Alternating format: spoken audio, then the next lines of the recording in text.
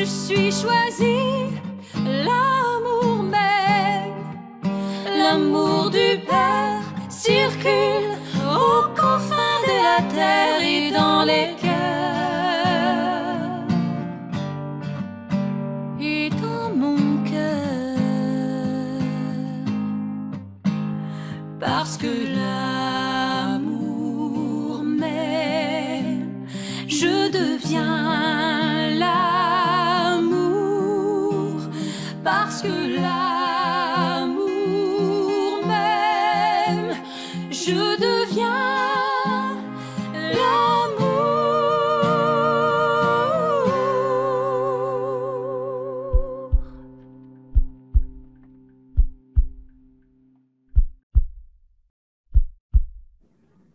Nul n'est prophète dans son pays. Luc 4, 24. Amen, je vous le dis, aucun prophète ne trouve un accueil favorable dans son pays. Étymologie. Au plan de l'étymologie, l'accueil, c'est la manière de recevoir. Elle tient compte de ma disposition d'esprit, de mon attitude intérieure, de mon intention quand je reçois. On peut distinguer les verbes accueillir et accepter. Généralement, je vais pouvoir accueillir dès lors que j'ai au préalable accepté. Je me sens mieux si je suis accueilli par mon hôte que si j'étais accepté. Dans ce sens, accepter s'apparente davantage à une forme de résignation. Comme je suis là, mon hôte n'a vraiment pas le choix, il m'accepte. Accueillir, c'est recevoir dans le sens de mener avec soi, c'est-à-dire d'aller de l'avant ensemble. Ici, l'union fait la force en quelque sorte. Accepter, c'est recevoir dans le sens de consentir à ou agréer. Je suis là à ma place, toi, tu es là à ta place, il y a moi et il y a toi. On peut parler d'un bon accueil et d'un mal accueil. Le bon accueil, c'est prendre avec soi et avancer vers l'avant, pour un avenir meilleur ensemble. Le mal accueil, c'est se mettre dans une situation difficile, se mettre à mal. Qu'est-ce qu'un accueil favorable? Un accueil favorable, c'est un bon accueil animé de dispositions bienveillantes envers soi et envers les autres. Il s'agit d'aider au succès de la démarche et donc de s'inscrire dans un mouvement qui va de l'avant, qui fait vivre, qui construit. Une acceptation favorable, c'est un bon accueil animé de dispositions consentantes. Il s'agit de laisser à l'autre le succès de la démarche et donc de s'inscrire dans une posture de spectateur, quitte à renouveler son consentement lorsque nécessaire. Je suis à ma place, l'autre à la sienne. Pensée du jour, message 115 du premier volume.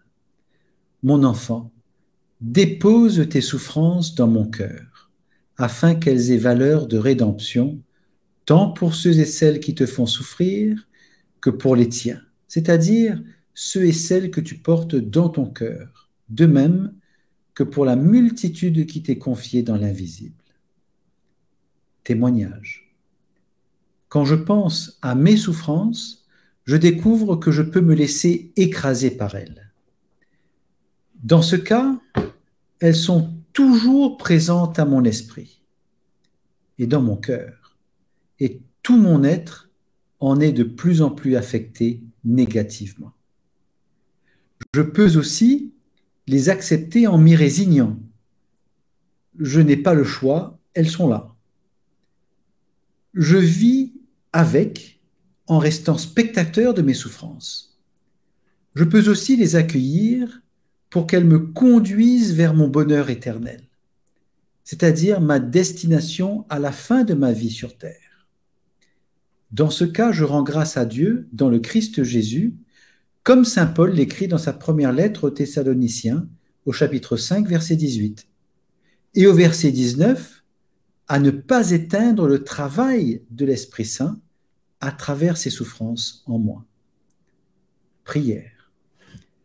Doux Jésus, j'accueille mes souffrances et je les dépose dans ton cœur. Je fais de même pour celles de tous tes enfants de la terre. Je les associe à tes propres souffrances, à toi.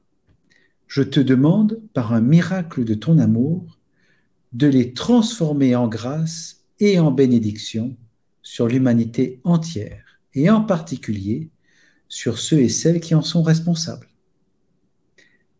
Merci de conférer à mes souffrances et à celles de tes enfants de la terre une valeur de rédemption. Je t'aime.